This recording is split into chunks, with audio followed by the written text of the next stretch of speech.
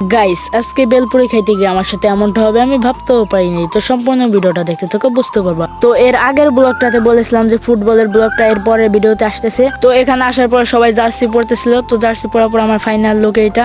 তো তারপর আমরা মাঠে নেমে যাই। তো মাঠে নেওয়ার পরে হাফ ইনারের পরে একটা ঝামেলা হয়েছিল, সেই জন্য আমরা মাঠ থেকে উঠে যাই। তো ম্যাচটা কিন্তু কেউই যেতে নাই। তো তারপরে আমরা ঝামেলা মেটানোর পরে সবাই মিলে চলে আসলাম বাড়ি। তো বাড়ি আসার পরে আমি এখানে রেডি হয়ে উঠে পড়লাম গাড়িতে। মূলত আমি এখন যাবো বাজারে। তো বাজারে আসার পর এখান থেকে 10 টাকা ঝালমুড়ি খাইতে খেতে সোজা চলে আসলাম আপুর বাসায়। তো আপুর বাসায় আসার পর আমার বাইক নিয়ে গিয়ে ঝালমুড়ি দিলাম।